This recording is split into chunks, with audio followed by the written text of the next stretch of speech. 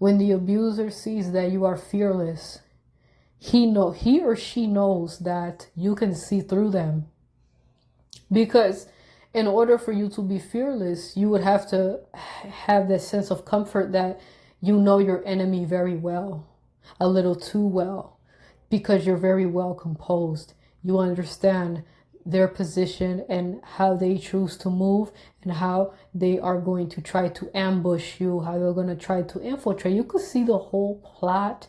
You literally have the blueprint on how they want to destroy you. You know why? Because once upon a time, someone tried to destroy you. Yeah, ever since the very beginning of your life, there have been different type of handlers that the enemy sent to try to capture you, to try to enslave you, right? And enslave you and to prevent you from growing and evolving into who you're gonna be. Because, like I said, these individuals, man, they're not able to ascend, but they know that there's something about you that says you're about to take flight. Yes, you carry something very much important, of great importance, that they wanted to prevent you from being able to basically literally escape from the matrix and ultimately reach eternal life. What they wanted to do to you, it's not really good. I mean, they try to paint it like it's good. You know, they like to tie red silk ribbons around it, you know, to make it seem like this is a very elegant thing, that this is something that it's like a gift, you know, like when you put a bow tie on a gift box, but the contents of the box is the destruction of your life. But see, they want to paint it like it's a great thing. They want to make it seductive. That's the thing about the Diablo, is that Diablo likes to use seduction in order to manipulate you. And that is why sexual immorality is a very hard addiction to break from, because a lot of people, I mean, come on, like who doesn't like sex? Obviously, if you become addicted to that, it's very easy for you to fall for the traps. You know, the honey traps, you know, and stuff like that. Yeah. And it goes after men and women. Okay. So it's not a gender thing. I say that a lot. It's not. This is spiritual warfare, you know, good versus evil. And we have to be very disciplined. We have to. And I understand, man, the sexual aspect, the succubus, incubus attacks are very intense. Right? So if you're the kind of person that you don't engage in sexual immorality, you know, you live a very disciplined life, very structured, and you stay productive, and that's what keeps you focused. They're going to try to attack you in your dreams. You know, that's why you start to have succubus, incubus encounters in your dreams, because they're trying to mold your mind to accept the sexual immorality that, you know, because pretty soon it's almost like they're grooming you in your dreams. They're forcing you to accept it, to be receptive to it, so that when the temptation does present itself in real life, you're more likely to fall for it, because they have already rewired your brain in the dreams, right? I hope I make sense. You know, I know it's a lot, but you know, in psychology they say that when you have dreams, your brain processes that as a real thing, right? So because when you dream, you know, whatever's going on, it feels real, and it does, right? Because if you've had dreams before, you're there, you know, you're present. And so with your conscious mind is aware, they call that lucid dreaming, when your conscious mind is aware that it's dreaming, that it's in this environment. So it's almost like dreams can trick the mind into thinking that this is real. So we start to think that this dream is real. That's what our brain picks up on. That's why PTSD nightmares are so intense, because it's almost like you're reliving it, and your brain saves it as a real memory that happened in real life. You see, so the brain can't really tell the difference. And that's why, you know, people go through you know, EMDR, trauma therapy, to help with that. Because if your brain can't tell the difference between, it's going to be wild if you have crazy nightmares, you know. Now, with the incubus, succubus spirits, when they come into our dreams, it's not necessarily a nightmare. That's the thing, you know? It doesn't come to us like a nightmare. It actually comes to us like a nice dream, you know? Because, you know, they know how to cater to your carnal desires, right? Yeah, you're a human being. You're gonna, you know, there's a certain archetype, you know, a certain type of female or male that they'll place into your dreams, whatever you like, whatever you desire, or what sometimes it's not even what you desire. This is another thing too. They will try, this is where they get manipulative, is when they try to send a certain type of male or female that you may not even in real life, you don't want them, but it's almost like they're trying to make you desire them, right? And it's not a coincidence that they do that to you. They try to seduce you in your dreams to open your mind to falling for the temptation of a person that just so happens to look like the succubus incubus spirit that you had a dream about. Isn't that crazy? You know, but you got to think about this though, right? I'm gonna use the example of the red silk ribbons. We know what red means, right? Passion. It also means danger too. You know, it has a double meaning. The colors have a double meaning. And then also if you're tied up on, like if somebody ties you up with red silk ribbons, you know, it doesn't look menacing. It looks inviting. At the end of the day, if you're tied to something, that still has that aspect of control. So it's almost like they're trying to mask controlling behavior and, you know, keeping you restrained, keeping you stuck in this place. And, you know, they're trying to seduce you into that, to be stuck in that place. Because when you think about it, when you look back at your dreams, you realize that this is a very confined, you know, space, right? But it looks so nice. It looks like a nice lounge, a nice room, but you're realizing that you're very limited, you know? You're just there. You're not expanding, and you're being held in that room. So you start to think like that is exactly with the incubus, succubus spirits. They want to keep you bound. They want to keep you stuck with them and under their control. You know, they want to have authority over your spirit. And that right there, you have to be careful, because these incubus, succubus spirits that appear in dreams, these type of dreams are deceptive dreams, because what they do is they try to seduce you into being okay with them keeping you bounded to them. They want you in spiritual bondage, right? So they're almost like they're rewiring your brain to be receptive to an abusive person, you know? And if you already have SA trauma, childhood trauma, whatever the case is, combine that with, you know, the unhealed wounds combined with the incubus, succubus encounters in your sleep, you put that together and it's just going to like magnify the impact of the influence. It's like it's going to influence you. So when you wake up, don't be surprised when you start seeing a man or a woman that has that same, they just seem so familiar to you, right? They oh my goodness, this person could either look like that, so that person you saw in the dream, or they have the essence that feels like their presence. Because sometimes in these dreams, you may not see what they look like, but you can feel their presence. You can feel them. You're going to know how they're built. And so when you see them in real life, it's almost like you manifested this person in real life. But you got to be careful with that, because a lot of times that's right. This is an example of a deceptive dream, because now you're going to think this person must be your soulmate. You know, you're going to think that because you're like, I just had a dream about you, and now I'm seeing you in front of me. And you see the succubus, you know, just like female covert narcissists, the succubus spirits, they love, you know, really taking advantage of your mother wound, among other wounds too. But when you lack a female figure in your life, you have a weakness for women, yes, the succubus spirit will take advantage of that. She will try to fill in the void, make you feel so great, and to the point that you feel like you rely on her to feel like a man, when in reality, your sense of masculinity should come from within. You know, it's who you are as a man.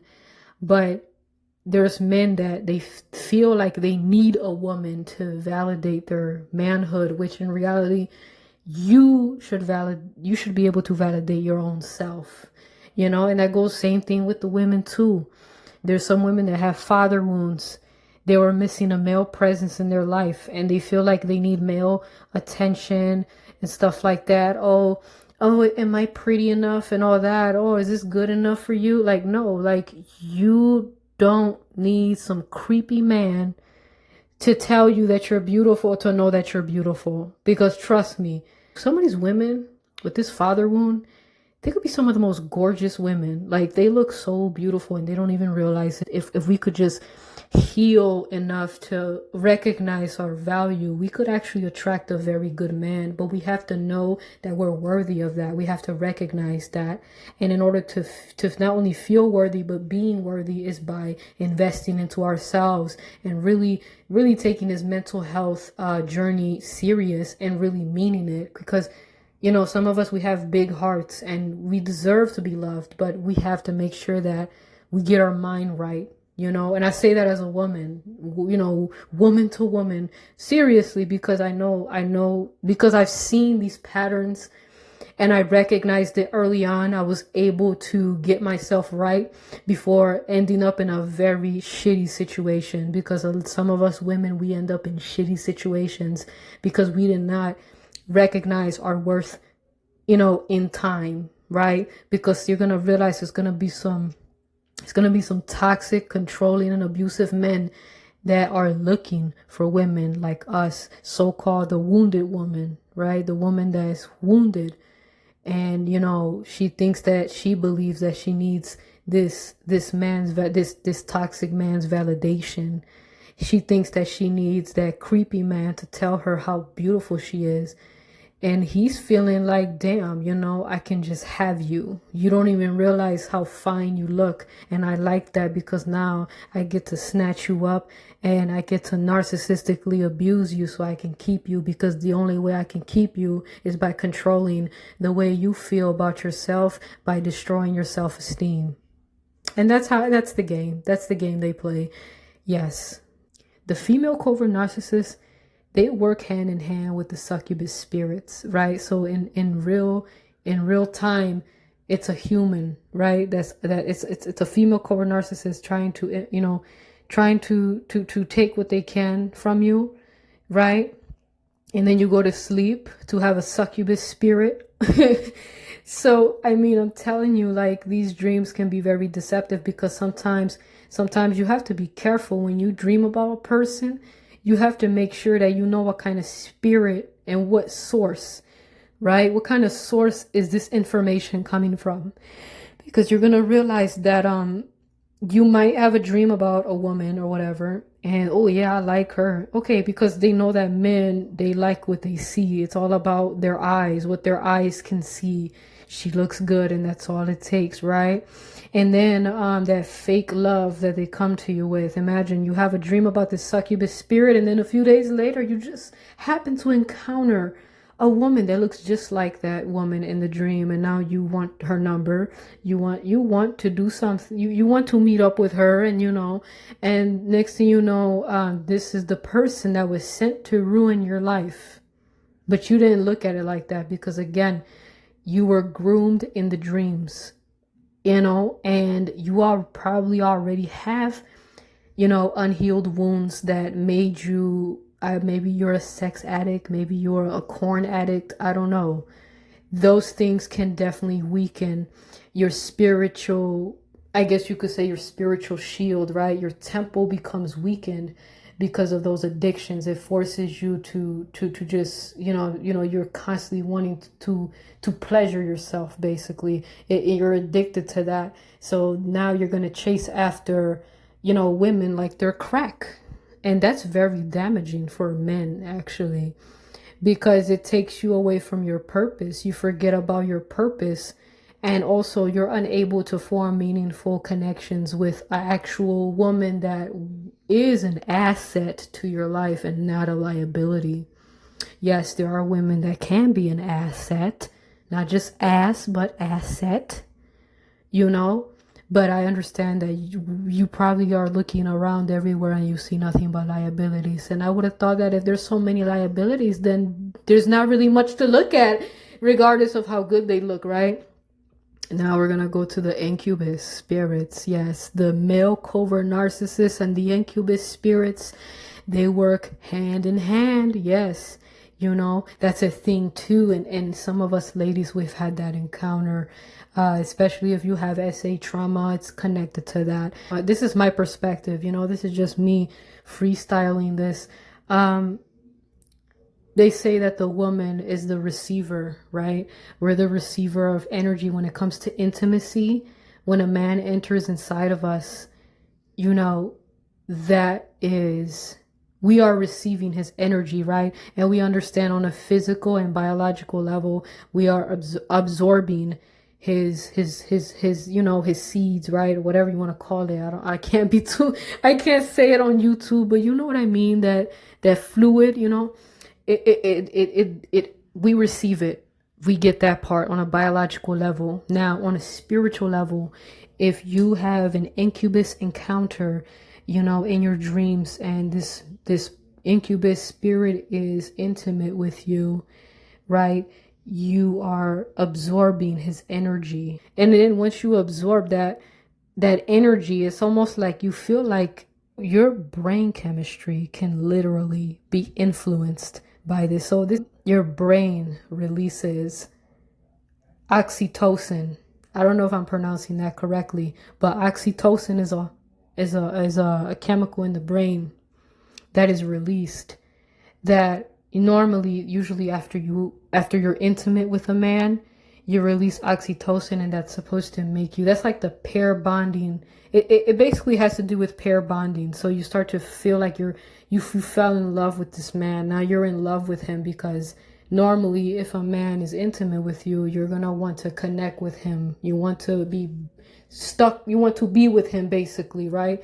That's why a lot of narcissists, they like to rush into sex, especially the male narcissists, because male narcissists, they understand that women on a biological level, we are more likely to be attached, very much attached emotionally to a man after intimacy. It's almost like an instant thing, especially if she's a virgin or if she hasn't had many partners. You know what I mean? A low body count, if you will. We could point the finger at the manipulators, but a manipulator is going to always be a manipulator. Essentially, we need to focus on protecting ourselves and protecting our wound, because that's what protects our mind, right? Because not only do we get attached to this man romantically, but that's tied into your brain chemistry, you know? But it's deep. I can go on and on. It's very deep. But going back to this is that, because a lot of people seem to think that, oh, that's just a dream. It's not real. Well, let me tell you this. Right now, we're talking about deceptive dreams. This is when Diablo sends his little minions to try to influence your mind by way of intense sexual dreams. Because it does rewire the brain to some extent. Yes, it does. It can, right? Because, again, like I said earlier, dreams, when you dream about stuff, especially if it's intense, your brain interprets that as a reality. So it's like your brain can't tell the difference between this encounter in the dream and real life. It feels real, and that is why even when you have dreams like that, if you're a woman and you have a encounter with an incubus spirit, and you're in that incubus spirit is being intimate with you, and it's intense, and you wake up feeling like you ran a marathon, that's an indication that basically there's a lot going on in your mind, and more than likely oxytocin was released, or some type of there's been some brain chemicals that have been released, you know, as a result of that. And also it also activated your, I think they call it adrenal glands. So yes, you have the nervous system, and yeah, the nervous system and your hormones being controlled in some way. Now you can't tell me that's not a form of mind control. It is.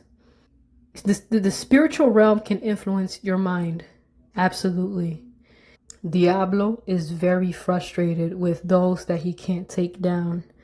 And you know, lust is a very powerful thing. It's very powerful. And so that's why you have these succubus, incubus spirits. If you're not romantically attached to a covert narcissist, you know, and you are in the process of growth, the enemy is going to try to send a succubus or incubus spirit in your dream to try to bring you down to that low vibration, to where now all you think about is, you know, carnal desires, right? That sexual, and there's nothing wrong with sex, all right? There's nothing wrong with sex. It's just that when it comes to these succubus, incubus spirits, they're trying to make you addicted to them, or they're trying to make you addicted to anybody who carries that spirit. And you know, the female covert narcissist, they have the essence of a succubus. You'll notice that you become addicted to her, she becomes your crack, and you want to do everything for her, and then you're not being poured into, so you end up essentially looking like you're on drugs, because essentially that's what it feels like, right? And then this person's not, they're not pouring into you, so you lose yourself.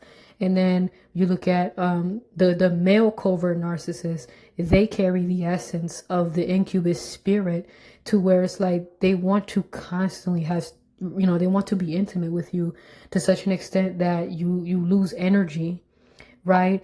And also you become so addicted to this person becomes your drug, that you don't even know what else to do with yourself. All you think about is their validation, them making you feel good, you know, and whether it's emotionally or sexual, they don't really mentally stimulate you. If you really think about that, that's why the best way to avoid these type of attacks is by increasing your vibration, by spiritual growth, you know. And some people will say walking in alignment with the Most High, which that's basically what you're doing. And how do you do that? By seeking higher things, right? Seeking wisdom. And also, you basically have to be you might as well be a sapiosexual. A sapiosexual is a person that is attracted to intelligence, a person that's very intelligent. So, which means that in order for you to even feel aroused by someone, they have to be able to stimulate your mind. If they cannot stimulate your mind, it's not going to happen. And that's really what saved my life. The only thing that the succubus and incubus spirits, you know, the only thing that they can really do for you is they could satisfy you sexually, and they also they try to get you to be emotionally invested into them, and they can give you that little fake ass validation to validate your emotions. But essentially, they cannot mentally stimulate you. If you really think about it, these people don't mentally stimulate you. If anything, they dull out your intellect. They dull out your spiritual gifts. You notice that? You don't really feel powerful anymore when you're around them, because you're so addicted to that. It's like being a drug addict. It's just a different substance, right? You get to a certain point that you're unable to be aroused by a person who is not intelligent, or a person that does not mentally stimulate you. And if they don't mentally stimulate you, it's just not going to happen, which means that nothing's going to happen. They can't get you. They hate that because they can't get you. And that just makes them feel very, very shitty. That makes them feel terrible, you know? And they will hate you forever. They will hate you. They will be obsessed with you. That obsession will turn into hatred because they can't get you.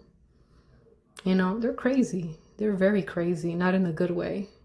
You know, but that's the solution, is increasing your vibration to a point where you require mental stimulation and emotional depth in order for someone to really arouse you, right? You're going to find out that most people can't do that. Most people cannot do that, especially with the dumbing down of the masses. I mean, who could really arouse a sapiosexual? in this so-called society, not many. And that's good. You want that because you know how powerful that is? Being a sapiosexual will save you from a lot of drama, pain, toxicity, and a lot of bullshit that comes from dealing with these covert narcissists that carry the incubus, succubus spirits. They can get you when you're carnal minded because it's like, oh, that's all it takes, you know? But when you get to a certain level, they can't touch you, you know? And that right there, that is that's how you know that you have ascended. You have ascended. You don't even give a fuck how fine they look, how much money they have, whatever. You're looking for what truly, truly means something. You know, that emotional depth and that intellect and the spirituality. You know, I hope this helps, you know. I feel like I was everywhere in this video. I hope that I made sense. I'll talk more about the succubus, incubus spirits, you know, because it's a lot, you know, it's a whole lot about it. And because I had a lot to say about that, but yeah, I'm just gonna end the video here. But you know, I appreciate all of you. Much love to everyone. Until next time.